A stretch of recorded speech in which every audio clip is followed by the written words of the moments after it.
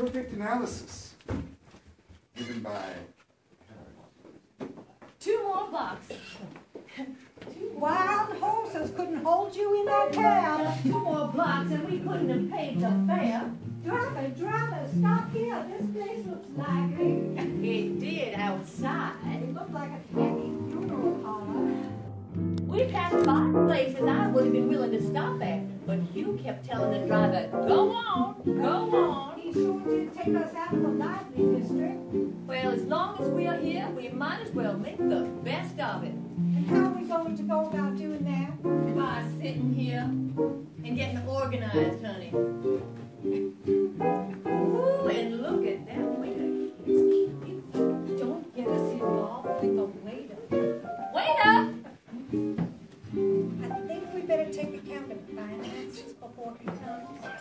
How much have you got left? $8.75. Woo-hoo! Now, somebody sure is in high spirits.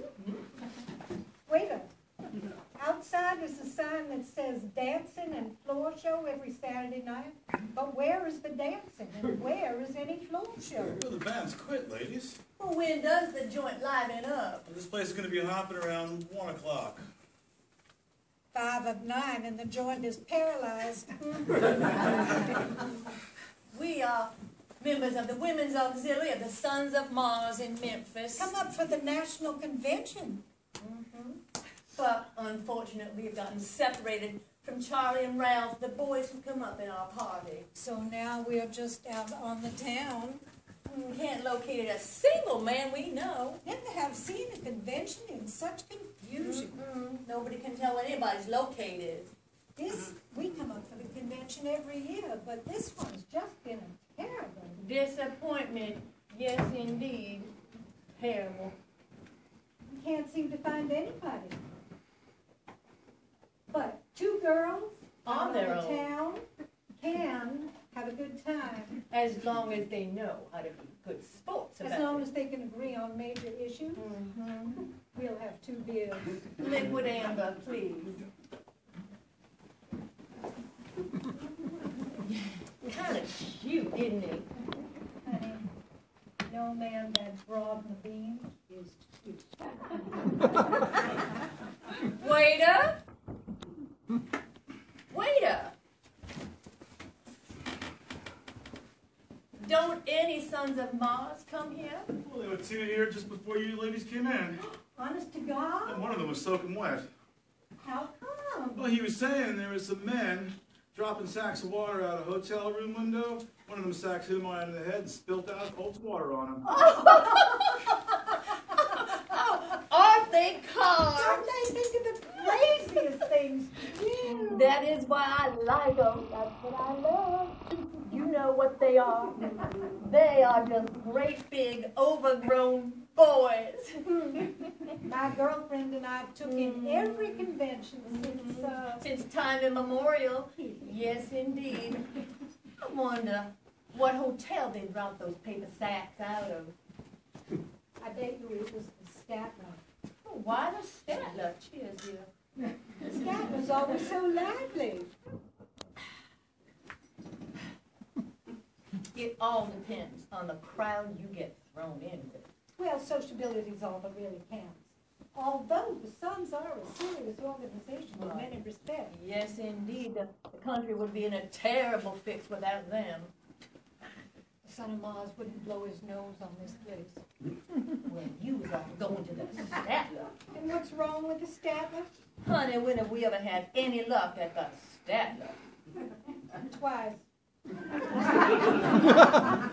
In whose recollection? Mine. You weren't alone. Nope, I guess I wasn't. But you recall me talking about that restaurant man from Chicago? Recall you speaking of him? Yes, continually. Well, the Statler's where I made that man's acquaintance. And well do I remember how that turned out. I have no regrets. No regrets whatsoever. Oh, Bessie, you have no pride where men are concerned. No, I have no pride where men are concerned. And you have no pride where men are concerned. And nobody's got any pride where men are concerned. That's how it is. So let's just face it.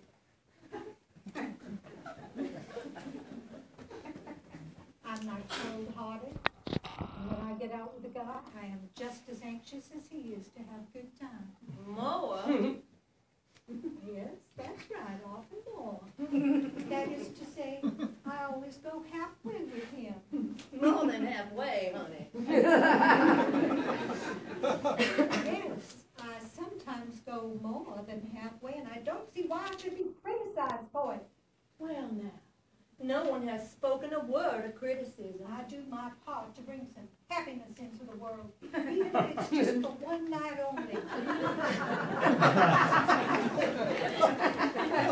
Isn't it trying to give good time and a pleasant memory, even to a stranger? Why, nobody said it was. Some people seem to take that attitude. Not I, certainly. Well, you spoke about pride as if I didn't have any. Oh, I said false pride, not pride, Bessie. There's a difference. That's exactly what I was pointing to. All I was meaning is that a girl shouldn't compromise with her self-respect. She don't need to, and I don't see why she should.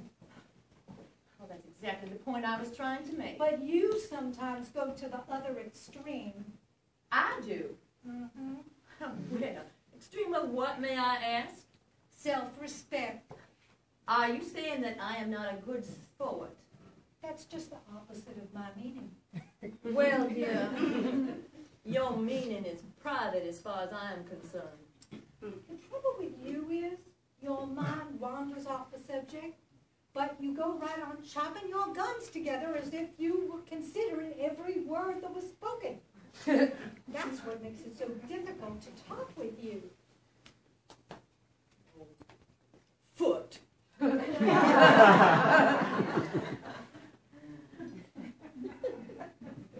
for your thoughts, Miss Flora? Well, I had my character read this afternoon. Who by? A gypsy? No, it was read by a parrot. Are you kidding? No, I gave a man a dime. He opened the parrot's cage. The parrot hopped out, stuck his head into a box, pulled a piece of paper out in his beak.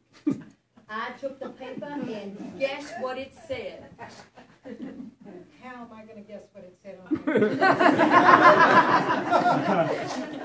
Well, Bessie, I will tell you what it said. You have a sensitive nature and are frequently misunderstood by your close companions.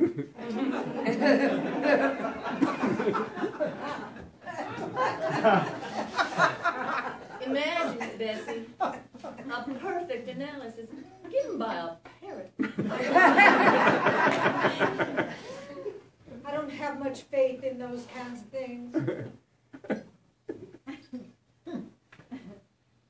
What? Wipe your chin off, Bessie. You got foam on it. Well, thank you. Can I ask you a question? What, Bessie? Are you still keeping up with those youthful beauty treatments? Oh, I am. I sure am. I had a youthful beauty treatment this afternoon. And how are you satisfied with what they're doing? I have noticed a 100% improvement in my skin since I started taking those youthful beauty treatments. Yeah, I'm glad you noticed it, honey.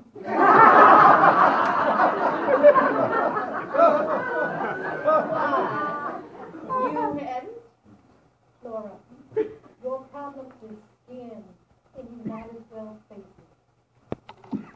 Everybody's problem is skin, Bessie, including yours. Although your primary problem is keeping down the weight. It's always been well distributed on me. If you won't face facts, there is no use talking. Complacency is one thing and optimism is another.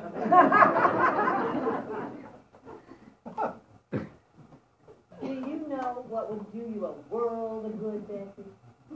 What's that? bending exercise. I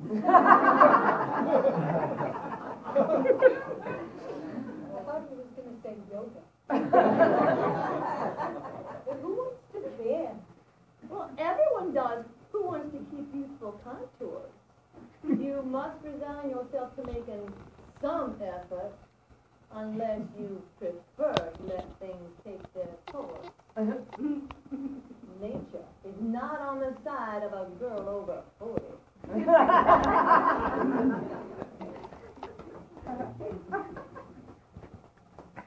Well, thank you very much, but please don't strain your thinking apparatus. Oh, sarcasm, Bessie. No, honey, but I came out for the purpose of seeking diversion.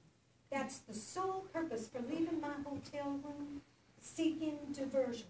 And if you're in accord with that purpose, good. Otherwise, goodbye. You go to the Statler and I to the Coronado, or whichever you prefer. But don't pull me down into a state of depression. I've had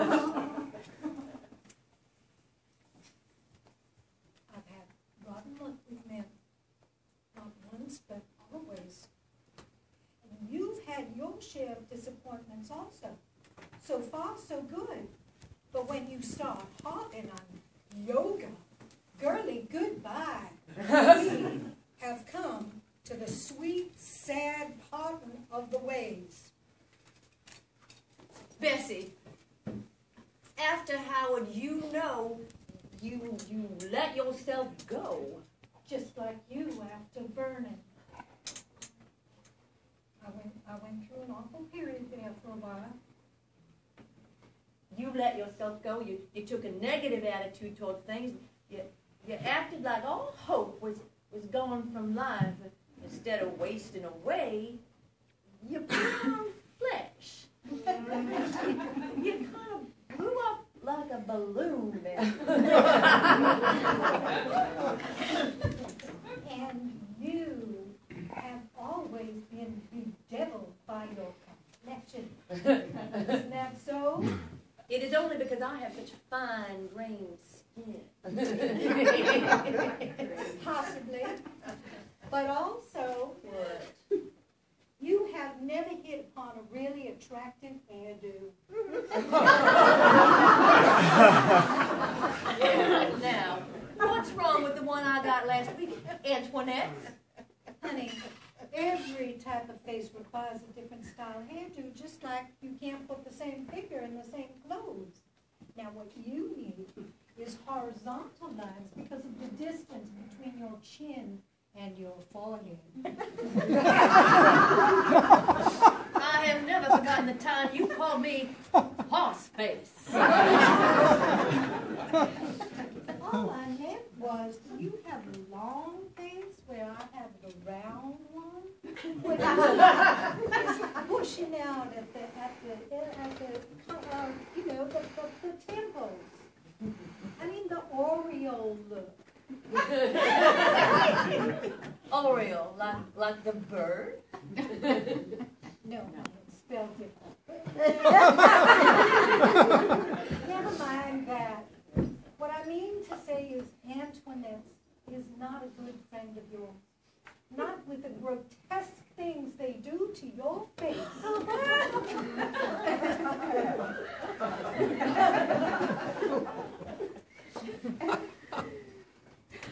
Oh. You harp on yoga, and you claim that your sensitive nature is understood only by a parent. But let me give you some well-intended advice. Here, repair the ravages. We'll go to the Statler. Oh, there they are! Oh, Charlie! Charlie!